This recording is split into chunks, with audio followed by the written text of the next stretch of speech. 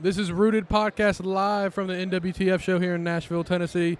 We have a very special guest, Ben Colton. No, I'm joking. Dan Mathews is with us.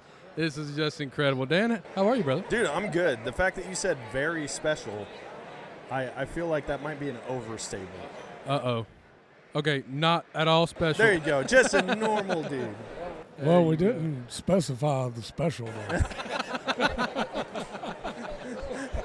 Now, if you had said, I mean, he's special, then I'm in between a very special guest and special. Well, there we go. There we you go. go. I'll take Nice. it. We are too. We're right there with you. I'm in good company. Exactly. 3 Ps in a You're in podcast booth. Yeah, Absolutely. exactly. No two So ways is this about your first time here at the show, or? Yeah, this is my first time at the NWTF show. We've done like ATA, Western Hunt Expo, but this is chaos, man. Is it different than others, you think? There's more people in our aisle right here than we saw at the entire ATA show. Really? And I mean, Western Hunt Expo, I feel like this is pretty similar, but it's Okay. just hopping. I expected this man. like maybe on Saturday, but this is Thursday. I will say this is because they didn't always do Thursdays. Oh, okay. So the fact that this Thursday is this busy is, I mean, I'm looking down the aisle here. This is a happening Thursday for sure. I mean, I can't imagine Saturday. Well, if this is Thursday. I'll say this. Last Thursday, last year, this time was not this busy. No. And there was, I think, around 80,000 people at the show total. Yeah, last year. Yeah. 80,000 people. In 3 days. I grew up in a town that was less people than that, and it was the biggest city for 2 hours in any direction.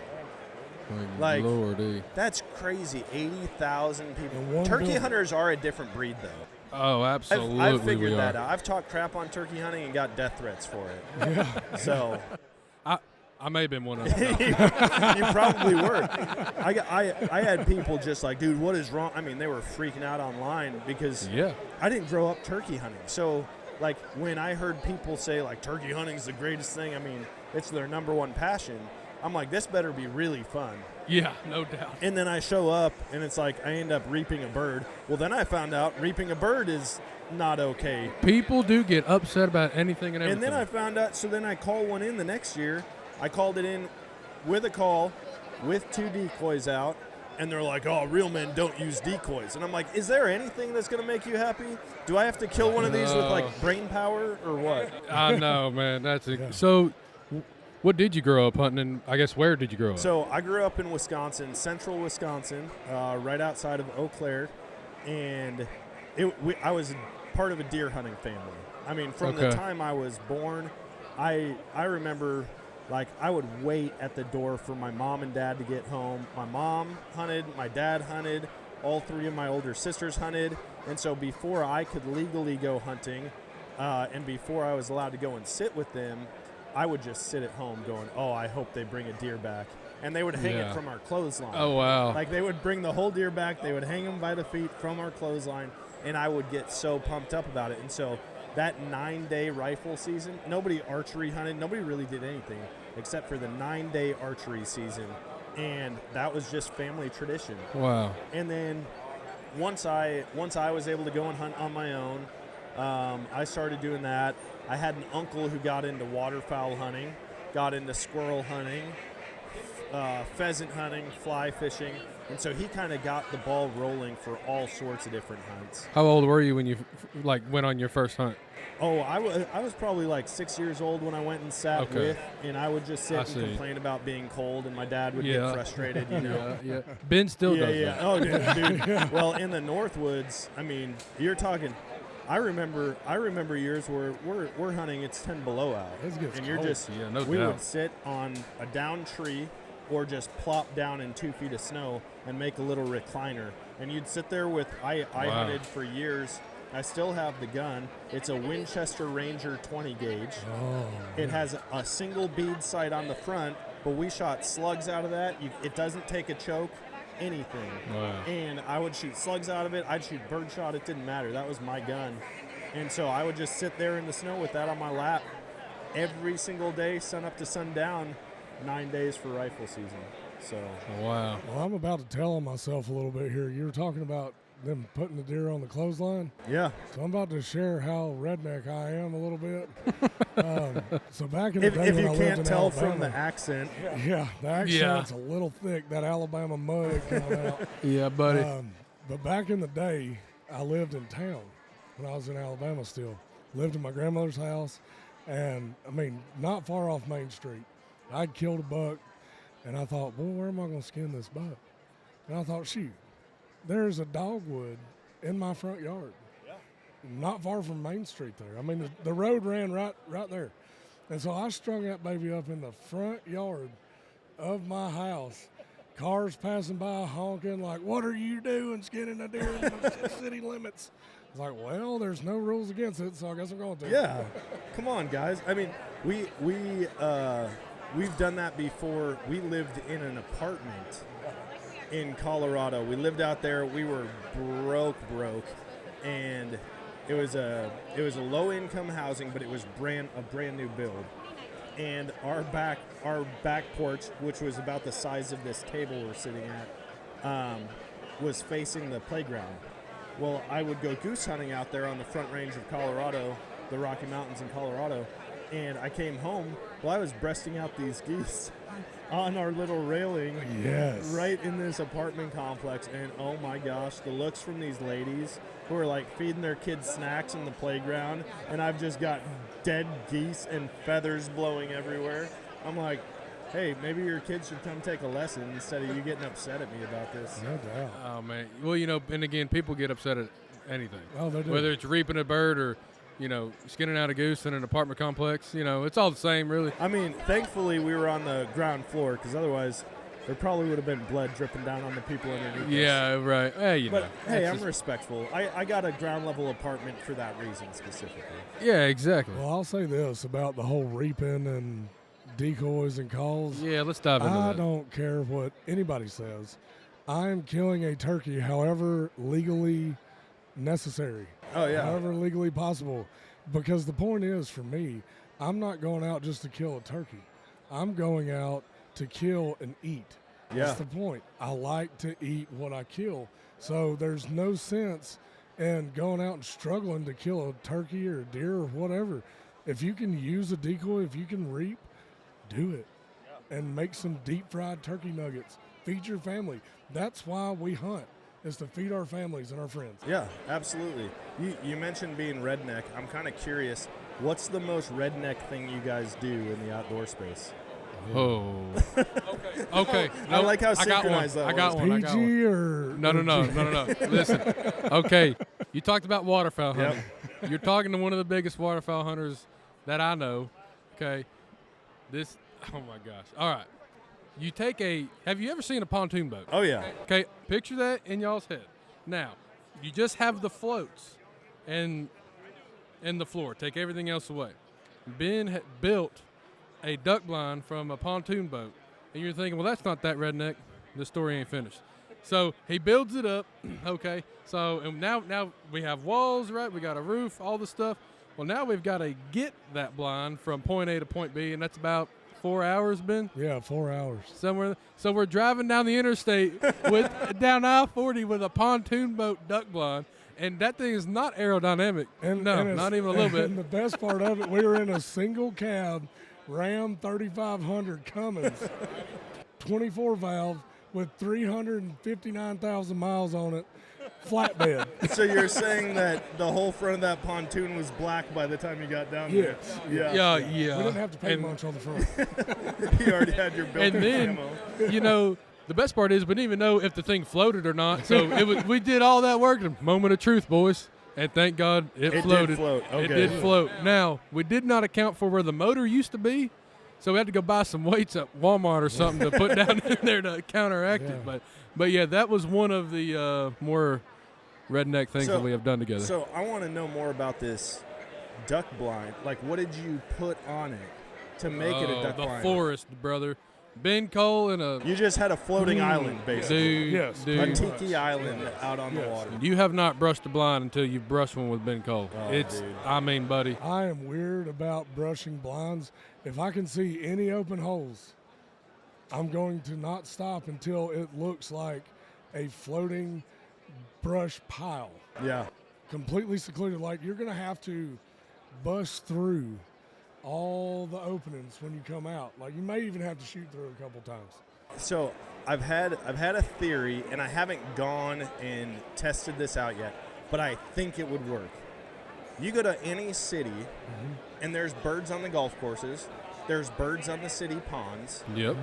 What if we do the complete opposite, and instead of doing blinds making them look natural, what if we just get some of those little garden sheds from Home Depot and set one or two of those out, put them on a trailer. Not mad at this idea. They're going to think they're in a neighborhood and can't be shot at. Well, and instead of planting a food plot, we can just make a putting green and maybe have them fly in. do a putting green, put a park bench out there. Heck, roll out some roofing tarp and make it look like a sidewalk around the water.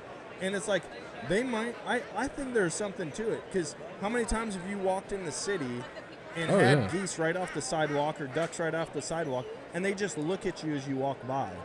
Those same geese, if they're out in the country where there's no sign of people, they're spooked by everything. Oh, absolutely, yeah. So I think people are doing the complete opposite.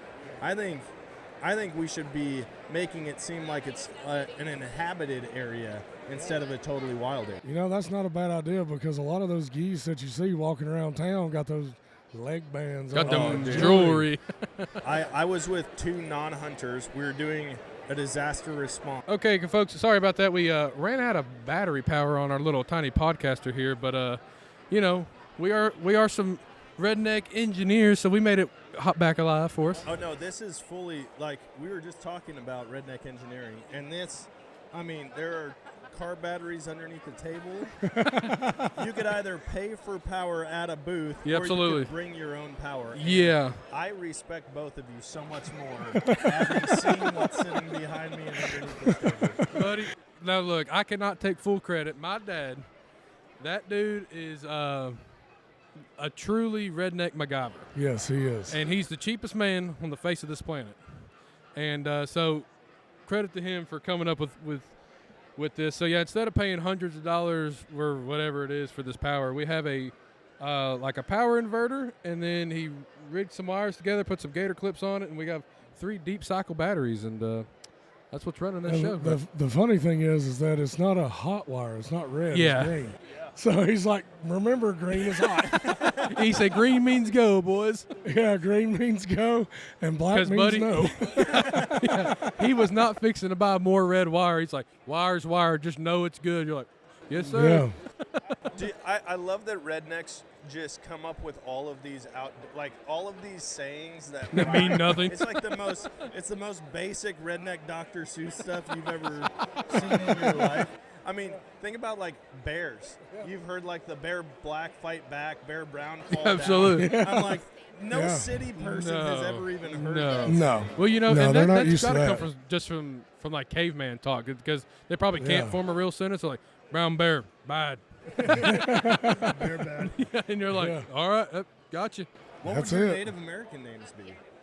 Ooh, I don't know. Chief Dum Dum or something. Yeah. Chief Dum Dum, Big Beard over here. Yeah, exactly. Chief Big Beard. I don't know. Yeah, Red Beard or something. I don't know what it Or would be. Chief Fat Man. That'd probably be something like that, Dude, we had rednecks in Wisconsin for sure, but moving down to Missouri, which I still don't know where the line starts for the South. Like, what's South, what's North? I think it's kind of weird. What is what? Yeah. But, man, people in southern Missouri are wild. Oh, yeah. And the first time I went hunting in Missouri, it was at a summer camp. It was at a Christian summer camp for the church. And I had a buddy, and he's like, "You want to go frog gigging?" And I was like, I don't even know what You're like, what are we doing here? I was like, frog gigging, all right.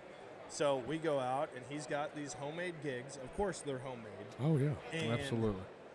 we're out in a canoe with headlamps and, like, these little Rayovac flashlights. Uh-huh. And we're floating around this pond at this summer camp. And he's like, all right, dude, you just spear them. Okay. So now I'm over here just impaling these frogs with a large fork.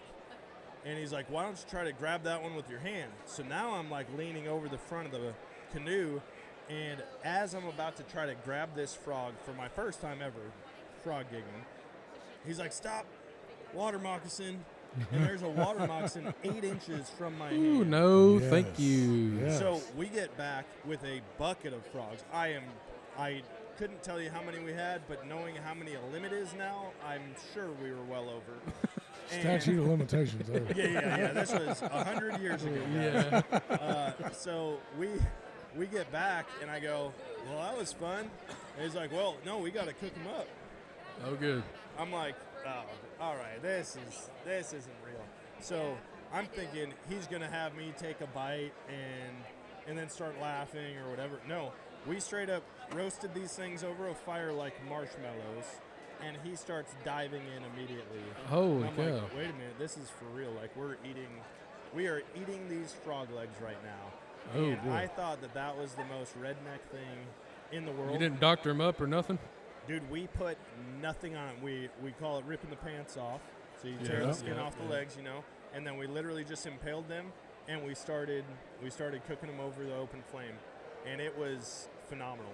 Really? And now it's one of my favorite things every year. I mean, like, that is one of our biggest traditions with me and my hunting buddies. We don't miss an opening night of frog season. I'll be daggone. Well, I'll tell you And there's a this. season in Missouri. There's a I was about to season. say, I'm not going to lie, I didn't even know there was a season. I just thought that was something you did when you got bored. I think that's the sickest I ever got one time. We were in high school. We were like, well, we need to catch us some mess frogs off this cattle pond. Yeah, no, bad idea. Dude, those cattle, especially if you have to walk through razor grass or something, Yeah. your legs get all infected. Yeah, so we had caught all our frogs. Now, these ain't big bullfrogs. These are just your little pond frogs, We thought, boy, this is going to be a fine meal here. High school, a whole gaggle of idiots. Now, granted, a fine meal in Alabama, the bar is not that high. I mean, possum ain't far from me. But anyway, we get to cooking these things, and of course, we don't know how to cook frog, none of that. We cut the legs off and eat them. And boy, I'm telling you, I was sick for 3 days. 3 days, because we didn't cook them long enough. And so we all got sick, every one of us. So I ain't ate a frog leg since then, just because of that experience. See, we started battering and deep frying our frogs. That's my favorite way to eat them now. I mean, it's like, dude, you cook it up right alongside catfish or whatever. But we do it. Frog season opens up in Missouri the last night of June at sunset. Well, we throw this huge 4th of July party. So that's what we do now is we go and catch a ton of frogs. We batter them. Well, we take the pants off, put them in salt water, and leave them sit for like 3 days. Okay. And then on the 4th, we deep fry them fresh for everybody. Ooh, Very cool. And so, I mean, it's called the White Trash Succotash Bash is our 4th of July party. Yes. And Sounds like a we're good so time. white trash and nobody can count that instead of it being like the 13th annual, now it's the 10th annual. Oh, I love it. So I yeah, love it. We've done everything from that. One year, Sam and I we bought a school bus, and our plan was to renovate it and turn it into an RV. And I think we spent like $1,500 on a working school bus. Got the whole thing gutted. Well, the White Trash Bash was coming up, and my buddy said, you mind if I take people on a tour through the back 40 in the school bus? And so I said, okay. Like, that fits the bill. Yep. What I didn't realize, he grabbed my 6-foot ladder, put it on the inside. They were driving around the back 40, climbed out of the emergency hatch on the roof, and they were throwing clays and shooting them off of the top of a moving school bus. Yes, For the dude. White Trash I Succotash. love Hey, that. I love it. That's incredible. What Yeah. a story. We do some crazy stuff. There's always somebody that gets hurt. Where's that And, school bus now? We ended up selling, another good story. We ended up moving to Colorado, and before we did, we're like, we need to get rid of this school bus. So this couple came up from Texas to check out this school bus. They wanted it. They're like, this is the exact model that we want. And I was like, take it for a spin around the block. And they're like, well, no, we need to, instead of taking it, why don't you drive it? And like, we'll ride with and make sure it works all right. I'm not used to driving a school bus, as I'm sure most people aren't. Yeah, it's not a normal thing. And those country corners are real tight, Like, the trees grow all the way to the corner, so, like, you kind of have to inch out, and the front of the school bus is pretty long. So I'm inching my way out, and I look, well, here's a car's coming, and I'm already too far out. So I crank the wheel to the right, punch it, the back right tires dip into the ditch, and I see in the giant 3-foot-long rear view mirror the wife just go horizontal across the school bus. Oh, boy. I launched her from one wall all the way to the, because there's no seats. It's fully gutted. There's no right. So they're just standing there kind of like planting their hand against the wall. Oh. So yeah, anyway, she got launched pretty hard. I felt terrible, but what do you do, man? Hey, It's that is a life. It's a you school risk. bus test drive. Yeah, I mean, what do you expect in a gutted school bus? Yeah, but I was really excited about that, and I'm still hoping at some point we buy another school bus. I was going to ask, do you miss it? I really do. I mean, we've done RV life. We traveled in an RV for a long time. We lived in a renovated camper that we did. I mean, we started a camper renovation company and really? did that for a couple of years. And so I've always liked that side of things. I've always done construction. My dream now is to make a hunting rig school bus, chop the back off, chop the top and the walls off of the back third, turn it into a flatbed that I can haul my side-by-side and four-wheeler on. I love and it. then the front 2/3 will be living space. And so I'll have my scent locker in there. I'll put a deep freeze in there, fully outfit it with water and power. Or maybe just leave it a shell and go totally primitive on it. I don't know. I like that idea, man. Oh, I do too, except for the scent locker thing. I ain't worried about no scent. I just stay, Dude, you know. I don't either, but when a lot of my ideas came from when we were doing the RV renovation. Right. I really, really wanted to start my own camper line that was all outdoors. Oh, dude, I love And that. I'm like, you know how guys are with scent. Dude, I don't do anything with scent. I smoke my clothes. Yes, me too. Literally, like, Yes. I'll stand around a fire, I'll blow everything right in front, like, blow the smoke right onto me, and that's all I do. I do it maybe once or twice throughout the season, and so that's about it. Now, listen, Yeah. we are live here at the NWTF show. We so are. if we have some people that come up and say hello, that's totally fine. This is Oh, yeah. not professional at all. I'm John. Nice to meet you guys. I'm Ben. Pleasure. Nice to meet you. Dan, Pleasure, John. Sam, Absolutely. yeah. Now, see, we just got people coming up. Oh, yeah. I mean, now look, how does it feel to be famous, Dan? That's the real Dude, question. I think anytime you put a headset and microphone on, no matter if people know you or not, they look at you different. It's like walking think around with a you're somebody clipboard. You special. just seem important. You do. Yeah. Absolutely. Well, I was just telling her we got an invite to go down to Daytona 500. Very Oh, cool. So- Daytona. So I've been there one time as a custodian, which is not the role you want to be filling at Right. Daytona 500, I'll tell you that. Oh, man. But she's like, we should go. I'm like, you don't even know a single driver. And she's like, Jeff Gordon. I go, he's been retired for years. She goes, Pamela Anderson. I go, Ooh. no, that's not the female name you're thinking of. No. Wrong driver. Yeah. Yeah, wrong driver. She was driving a different type of, never mind. Yeah, anyway. So we, anyways, she's like, we should totally go down there. And I'm like, really? We're going to go down to Daytona? I don't even know where I was going with that story. I had something important to say, But, and now you I know, totally lost track. Well, I mean, so you got invited. Did you end up going not as a custodian? No, this is like Oh, it's coming up. tomorrow. Yeah. Oh. We would leave Oh. tomorrow, get home, spend Holy the night cow. with our kids, and then fly down to Daytona. Wow. So we're trying to figure it out. But that's a lot going on. You want to see the most redneck thing you've ever seen? Go to Talladega. Oh, I bet you Talladega is wild. Oh, I buddy, think it's wild. NASCAR just in general is the most redneck thing ever. I mean, it's got to be up there. Oh, it is. Well, the fact that it started with moonshiners. Yes. Really. I know nothing about NASCAR other than they turn left and go fast. That's all I No, got. literally, I think that the whole racing. Nice to meet you guys. guys. Yeah, nice to meet you guys. I think the whole thing started with moonshiners and trying to soup up vehicles to get away from the police. Oh, wow. That could be totally fake. I don't. I like the story. I say we stick with it. Yeah, I say we stick with 98% it. of facts are made up on the spot. Exactly. Yes, Hey, that's right. You just got to say it with confidence, right? Yeah, and if you're you good. say, oh, that's where I was going with it. Oh, here we go. There we go. So I did go down there, and Sam was like, I was telling her, if you just have a neon vest, you can get in anywhere. Yes. You just have to be confident. Exactly. You just walk with the purpose. See there? That's And it. when we were down there doing custodial stuff, our job was to clean bathrooms. That was it. And I'm like, forget this. I got an orange vest and a lanyard. I'm like, nobody's going to read the lanyard. I could put Mickey Mouse on it. Yeah, yeah. And so I'm like, I'm going down on the infield. I'm going to walk across this, down onto the infield, go check out the cars. And sure enough, I go, let's go. And my buddy's like, dude, we can't do that.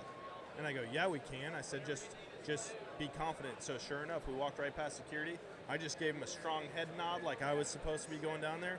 Walked right out onto the track, heading down for the infield. And all of a sudden I hear over the announcement, over the loudspeaker, they're like, race is about to start. We're going to clear the infield. And I was like, oh, well, it worked. But I didn't even make it all the way across the track. Dang. I had to turn.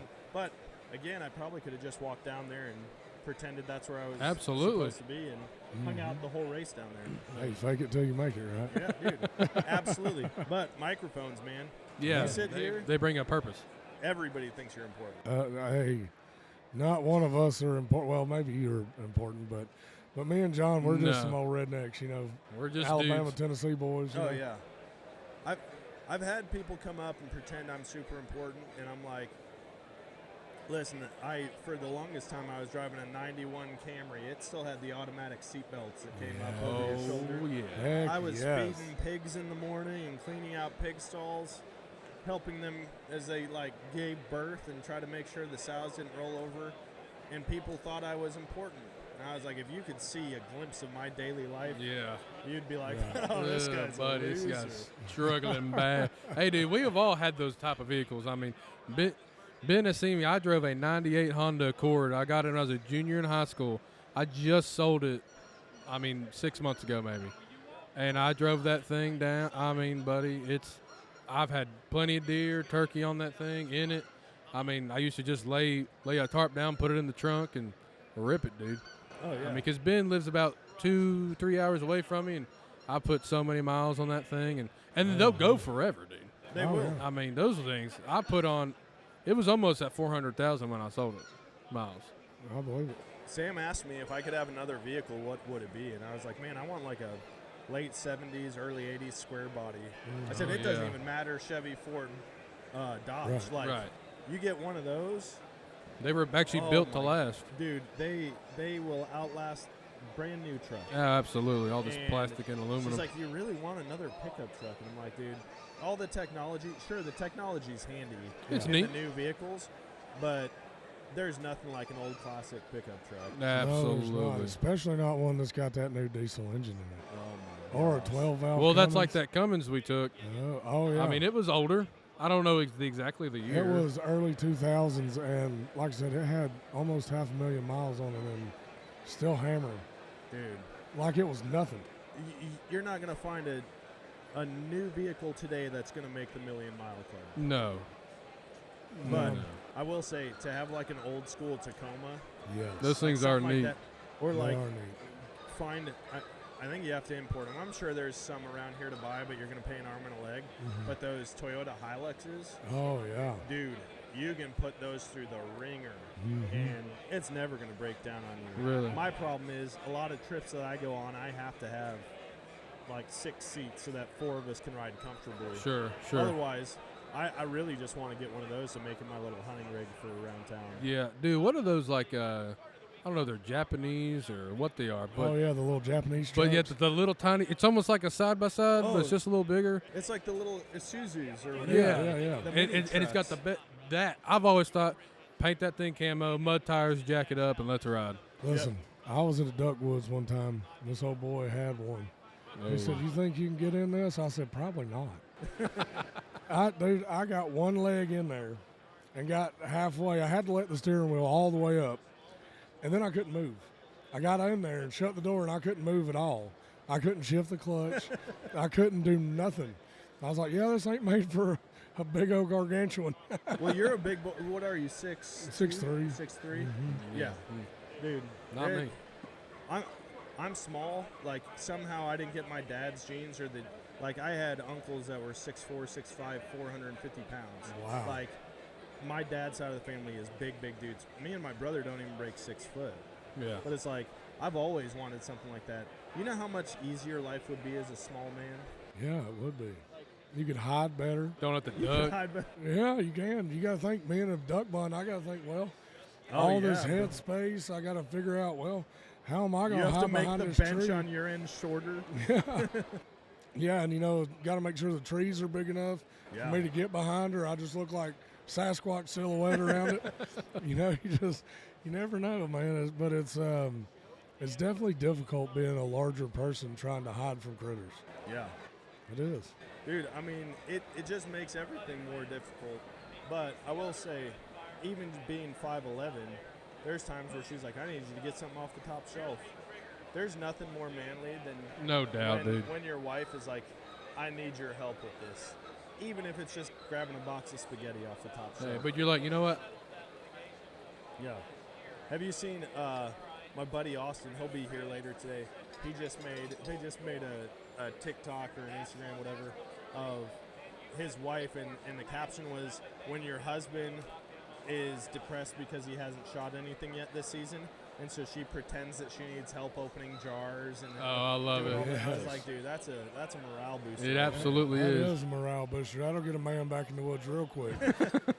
Yeah. I just opened that jar of pickles. Man. Yeah. That's right. Look at me go. Time to go kill something. Absolutely. I tell you, this year we needed some morale boosters. I don't know about you, but our deer season was rough. Oh, it was It terrible. was rough. How was yours? I didn't kill deer. Didn't kill one? Not all season. I got a doe with a bow and another deer with a rifle, and but no bucks. Dude, it's like every other year I have a phenomenal season, then a dead season. This year I had a pretty good season. Great. I started my year off in Colorado, killed my first archery western animal with a bow. Very cool. Got a bull elk, Heck yeah. followed up by a miss on a buck mule deer on the same Just when trip. you think But you that's got it all okay. figured out. Listen, hey, I'll take one miss and one hit. Heck yeah. I would much rather clean miss an animal than injure one. That's a fact. And Absolutely. I still don't know what happened. I mean, I missed this mule deer by 2 feet over its back. Ooh. And I think I clipped some sage. I was kneeling down in the sage I see. when I drew back, and so that's the only thing I could think is that my arrow just caught. That's bow hunting. But did that. It is. We followed up that a month later, went up to Wisconsin, killed a public land archery buck, came back down to Missouri, and took my pastor out. My pastor's just getting into hunting, right? So I was like, dude, I'm going to take you to Bass Pro, and we're going to pick out a rifle. Heck yeah. I'll buy it for you. We're going to go get it sighted in. So we did all that, and I took him out to my property. I said, listen, if anything comes in, you can shoot it, unless it's one of the bucks I've been chasing for a long time. Sure enough, right? We're there for 2 minutes. Oh my God. And I was like, hey, we were just standing. It's rifle season, right? So, like, I don't need to get up in a tree. I like to be mobile. I like to be able to spin around. So we're just standing along this fence line. And I said, hey, we're silhouetted. Let's just bump in front of these 2 oaks. And I pick the tripod up, and I look over, and I hear, and I go, crap. Right in front of us, 40 yards, is one of my target bucks. Oh. It takes off. I go, give me the gun. I grab the tripod and the rifle, get set up. It disappears below the hill. I throw out a grunt. It bounds about 40 yards. I pull up, boom. And he's like, what the heck just happened? Yeah, I like, go- buddy, this I is go, not every day. This is not deer hunting for you. We walked over, and sure enough, man, he died 40 yards from where I shot him. And we were so pumped. So I had a great year. I killed two Heck yeah. mature bucks, one with the rifle, one with the bow. Killed my first ever archery elk. And that's a but heck of a other year. than that, dude, I can't kill a duck to save my life. Can't kill a goose to save my life. Getting into coyote hunting now. Yeah. Thermal seasons. How's that? They just bumped up. We can now hunt coyotes with thermals like 250 days Oh, wow. in Missouri. They didn't even have a thermal season up until a couple years ago. So. I tell you, that thermal game is pretty cool. I don't have one, but I've been with Ben, and he's got a set and some buddies do, and it was really that was probably one of the cooler things I've ever done as far as meeting technology in the hunting world. That Oh, yeah. thermal game is just It's different level.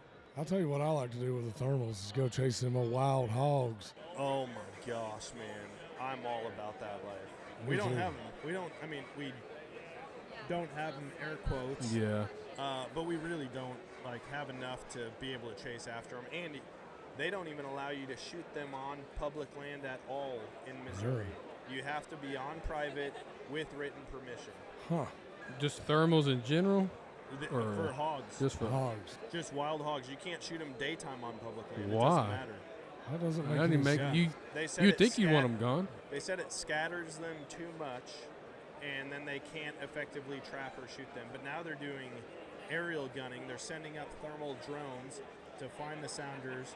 Then they're sending helicopter hog hunters in, and they're shooting them. And they said, I talked to a guy who helps run that program, and he said that they will effectively completely eradicate hogs out of southern Missouri.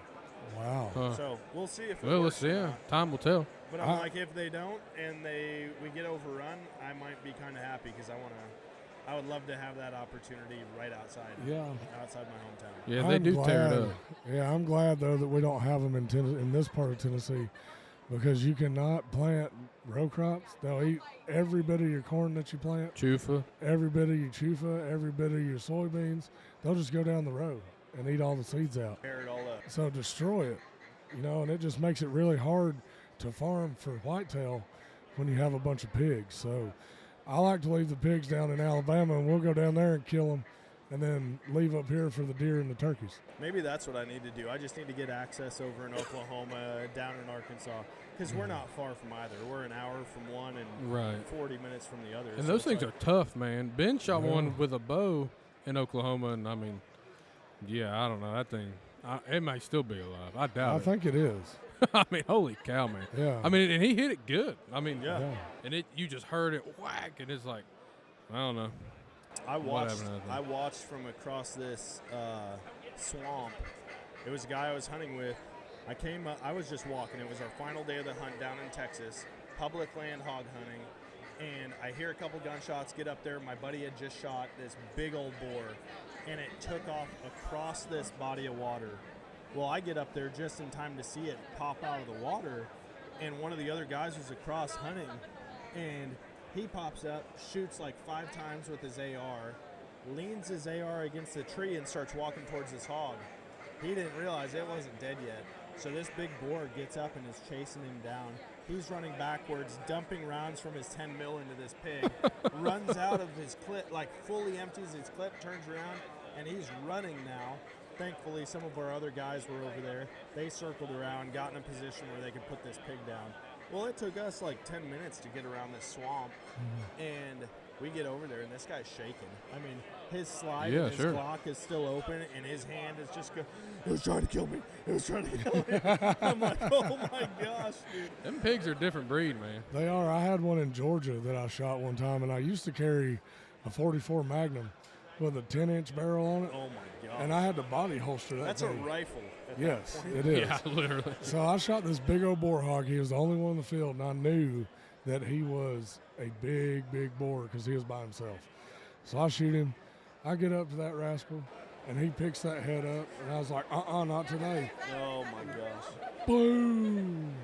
Whoa. Blew a hole right through that ear. Now, I got a question for you on the wild hog game. Are you eating those? Because I kind of hear it goes back and forth. It depends on the trip. We went down to Cumberland Island, Georgia. They do a hunt on the island. It's phenomenal. They've got a walk-in freezer. The conservation agents will come and pick up your animals for you, bring them back, tag them, hang them. It's a really unique thing. So like those hogs down there we ate, they're acorn hog. I mean like thick layers of fat.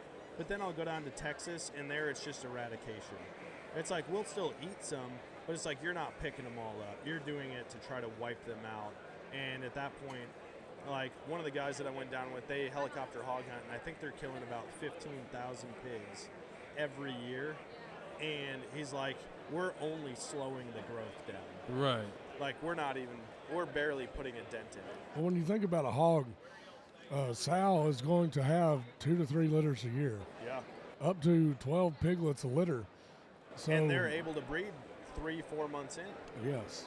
So when you have that many pigs, that many sows, and each litter is 12, you get 100 sows, and that's a lot of piglets. Oh yeah. A place that we rented, we would help raise pigs, and we had sows. Yeah, I mean, I think our biggest litter was 17 piglets. Oh wow. And they would do it. They would do it over. I mean, we constantly had a sow that was pregnant. That boar, we called him Hef, short for Hugh Hefner, and that pig had the life. Best guess was he was 800 to 900 pounds. Wow. Whoa. And The three sows that we had, they were well over 400 pounds apiece. But one year we had a branch come down and take out part of the fence. Well, Darla, one of the sows, and all her piglets got loose, and thankfully we got them back. But it's like, dude, had those not made it back in the pen, had we not corralled them again, those could have turned into literally hundreds of pigs in a matter of a year to 2 years. Oh yeah, they're nasty little animals too. So a lot of people don't know this, is that in the places where these hogs live, they have no natural predators. Oh yeah. I mean, unless you're in a county in South Florida that has bears, or a part of Georgia that has bears, or Arkansas or whatever, but you know, they have no natural predators, so there's no managing that population unless you're hunting them. Yeah, just us. And they're only really vulnerable, like, to coyotes or bobcats in the first days of their life. After that, like, I don't know if you've seen a 3-month-old pig. Those things can scoot, and they are tough.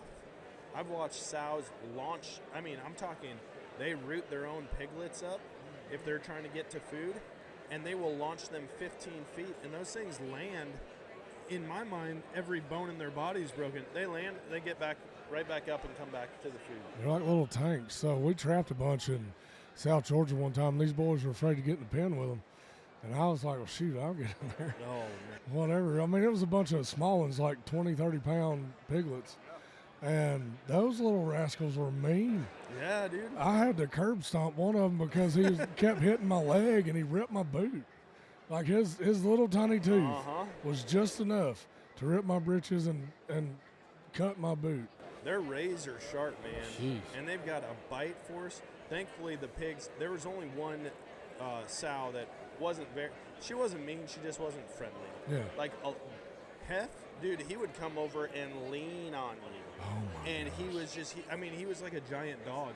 We got home one day, and one of the sows was in heat, but they were in separate enclosures. Well, he had pushed his snout into the hog wire, and he got his cutters. The hog wire dug into his gums behind his cutters, and he was stuck. Oh, no. And so I had to get in there with him and clip the wire so he could get free. And literally, he just like rubbed up against me, like saying thanks, dude. And I'm like, can you imagine if this thing, being 800 pounds, and he's faster than I am. Like, he could book it. Like, you can't even climb up a 4-foot tree. He'd tip that, or a 4-inch tree. He'd tip that sucker right over. Like, he was scary strong. And to think that those pigs are out there, and they're aggressive too. They are aggressive. Do you guys call them at all when you hunt them? Dude, get a Fox Pro or a Lucky Duck and throw a piglet squeal on there. It is one of the funnest things, but they come in mad. I like that. Any sow that's pregnant or has had a recent litter, I'm talking in the last 2-3 months, is going to come flying into that call. Oh, good. Good to know. So, like, you might want to be in a tree stand or be a really good shot, because she's going to come in hot and heavy and tear up. What do you like to hunt them anything with? she sees. Like, are you doing like ARs, 30-06? What do you? Yeah, typically I'm running an AR, either a 6.5 or a 2.23 5.56. It just depends on where I'm hunting them and if there are big pigs.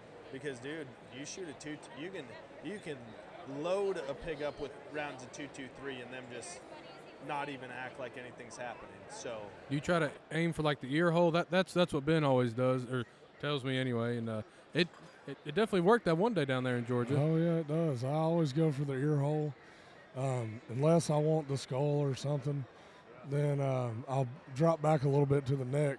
Like right where that skull and the spine meet, drop back just a couple inches and tap in there. But one thing I started doing with the 5.56 rounds was using the NATO bullets. I believe they're the green tip Winchesters.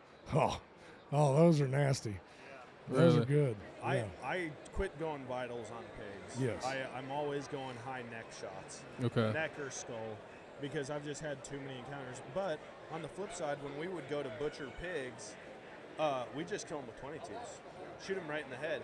But we actually had a pig skull that we cut in half with the bandsaw, so you could actually see the brain cavity. because their spot that you have to hit on the head if you're shooting a small caliber round is tiny. I mean, it's the size of a walnut, and basically if you make an X from ear to eye on both sides, it's just below that, but you have to hit it at a 90-degree angle to the flat spot on their skull if you're shooting them with a 22. Or we had a captive bolt gun that we would do, but literally, I mean, a 22, that's what we used right before slaughtering pigs, and it works great. Now, wild pigs, dude, on the move, you don't have that still shot. Yeah. Like, so I'm going neck, and I really prefer like a 6.5 or just a little bit more punch than a 2.23. I agree with that, and I even like the 300 Blackout for that. That's a great round, 30 caliber bullet. Mm-hmm. Yeah, I've heard that, or the 450 Legend. A lot of people like.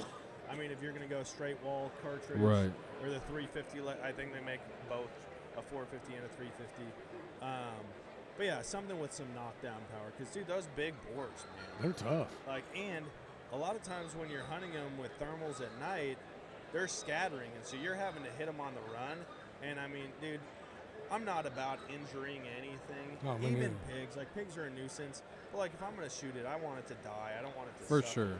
And so it's like, to have that little bit more knockdown power to take it out quickly. In fact, I did one pig hunt. It was a paid pig hunt. It was the first one I ever did, and it was with some guys from church.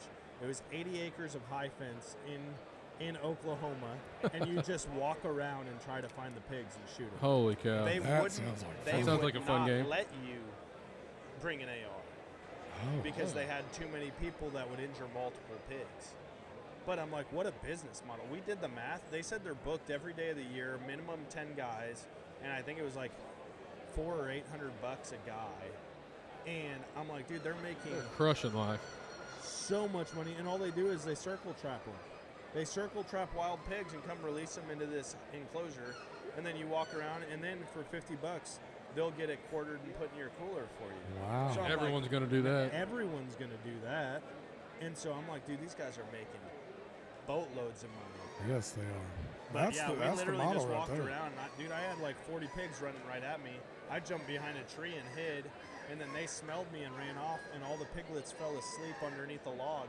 And I walked over and I sat on top of that log with a pile of piglets, and I almost grabbed one and threw them in my pocket. Should have. Dude, I could take one of these home with me. They were cool. That would have been cool to have a little piglet in your pocket. That does sound kind of fun. Yeah, but then I was like, if these things wake up and start squealing, oh, it's over. all those pigs are coming back, and I have nowhere to hide. Mm-hmm. So I was like, I'll just get a couple pictures and be on my way. Yeah, just be done with it. But I did have a guy that I was hunting with. He had a crossbow, and I watched him smoke this pig on the run with his crossbow. I have a slow motion video on my phone. Oh, that's awesome. That's pretty cool. I was like, I don't know how you pulled that off, because other guys were shooting pigs like 3 and 4 times with 308s. Yeah, right. And you dumped yours with a crossbow on the run. It was cool. That is pretty sick.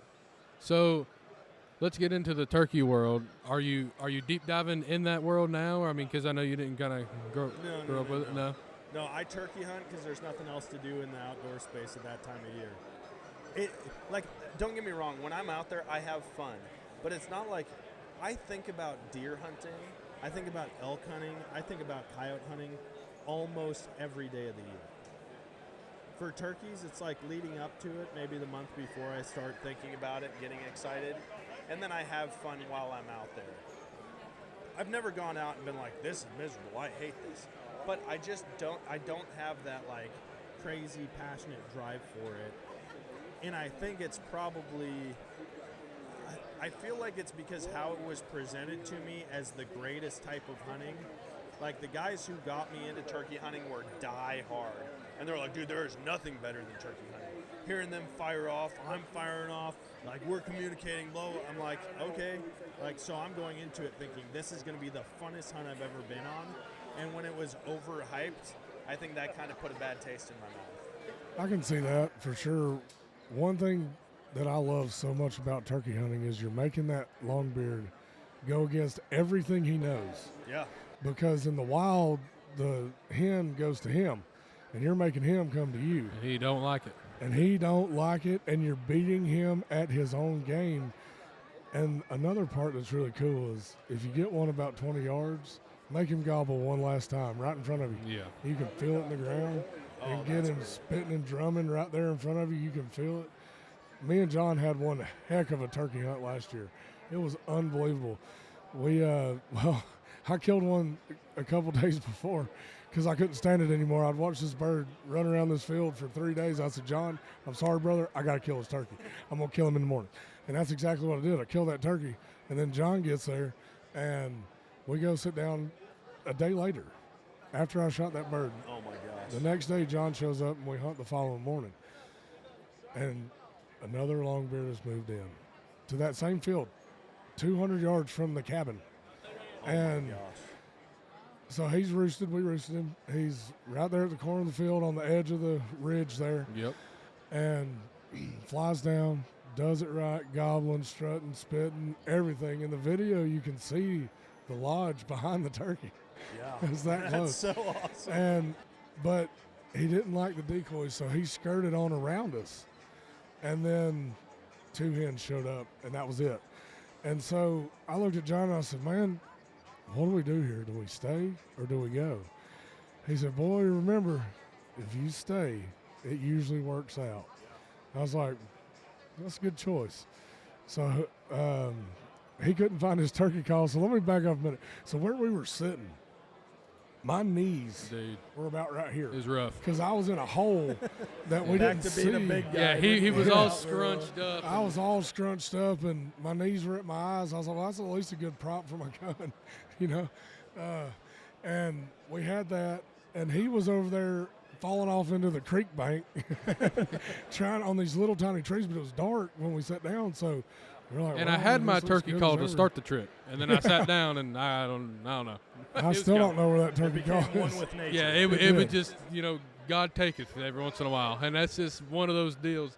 Yeah, so anyway, that bird skirted us, and we ended up just decided to wait it out, and Ben, found his turkey call. Yeah.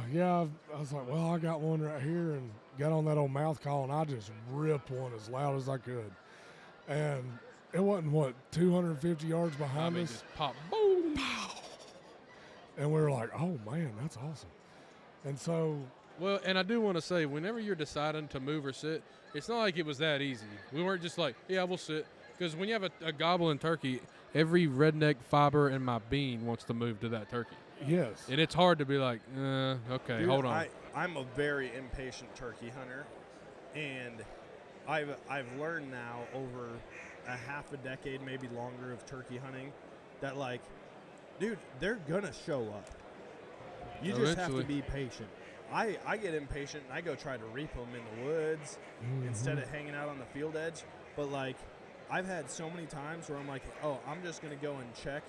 I'm going to go check the woods. I'm going to go check over here. Maybe I'll drive around and do a quick loop around the block. And as I'm doing that, I drive by the field that I was sitting in, and I've got birds by my decoys. Yep. Plenty of times when you call, they'll be over there. Give it 30, 45 minutes. Yeah, it gets wild. I mean, I've had it happen over and over and over, and I do get that first morning getting out there and hearing them sound off. I get fired up. Yeah, but I love it. I kill a bird every year. And then I kind of get that itch out of my system, and then I don't, like, we can kill 2 birds, but it's like, even my wife is like, okay, maybe don't keep going out. Like, you already got your bird. Do you really need to go out again? And I was like, well, I mean, it'd be absolutely nice to double up, Yeah. And so, like, we'll do it. We'll get out and turkey hunt, but it's still, I'm waiting. One of these years, maybe it's going to catch, and I'm just going to be crazy. And I'll tell you what did it for me. So I am one of those guys. I love turkey hunting. Now, granted, I've never been elk hunting or anything kind of out west yet. It's definitely on the agenda because I kind of feel like I would love elk hunting for the same reason I got into turkey hunting.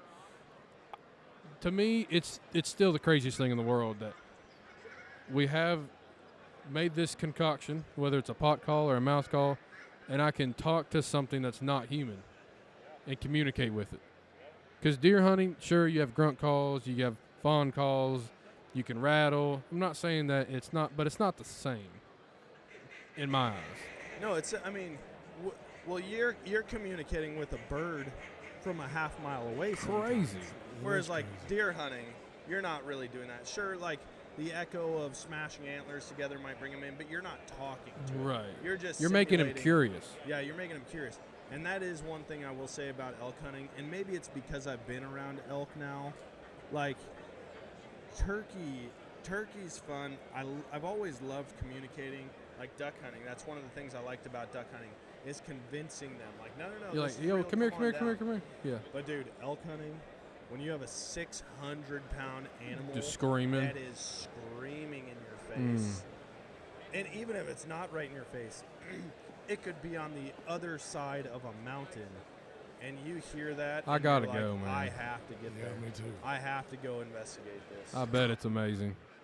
Maybe we just all three plan a hunt one year Dude, to go elk hunting. I need to I'm hit the 100% Stairmasters, in. boys, if I'm going out west. Yeah, me too. You better be ready to work. I bet. Honestly, that's one of my favorite parts about it. Honestly, The yeah. physical, That makes like, sense. when I remember those moments when I feel like I'm about to die, and I go, is this pack out ever going to stop? Like, am I going to make it back to the 2-track? Those moments I think about more than I think about squeezing the trigger or releasing the arrow. There's something unbelievable about it. So, Something about working hard for it. there is. Hey, don't get me wrong. I love when it happens easy. Oh, hey, I'm I right there love with when- you. I love when it's like, oh, Yeah, I'm me done. too. But there's nothing more rewarding than fully just like putting everything you have physically and mentally and emotionally into it, Absolutely. and then finally having it come together. You want to talk about easy? I'm not gonna lie to you. What I do for turkey hunting, sometimes it should be illegal, and I'm okay because it's like shooting fish in a barrel. Good job, John. Way to put it out there like that. Hey, dude, it should be illegal. It's going to be outlawed now. But since it's not, Dan, I do it. There's this stuff called chufa. Okay, I'm sure you've probably heard of it. CHUFA, chufa. And I plant it in the summertime. It grows a tall grass. And then winter comes, it dies off, and it creates a bulb in the bottom or beneath the soil. And the turkeys come in there and just tear it up. They love it. And, dude, I'll literally just be like, all right, I'm going to sit in the chufa field. I don't do nothing. Ain't no decoy. They just come. They're coming. Just shut up. That's literally the rule whenever you go So there. you're taking away the one part of it that everybody thinks is the most fun, is talking. Part You of it. just- Yeah. You just wait for them. Yeah, you know, I mean, in the morning I may hit an owl call or something just to hear them Yeah. gobble, and then it's like just hanging out. So I always have that chufa field planted for first timers, kids or adults or whatever, because then it gets them hooked. Because so like I'll have them come out in the field and it's not 100% automatic, but I mean they usually what happens is the hens come out and then here comes the tom strutting. I'll call a couple times, he'll gobble right in front of their face. And when you can get a first timer, really anybody, but especially a first timer, and you can get them there and there's 10 birds in the field and one just they're hooked.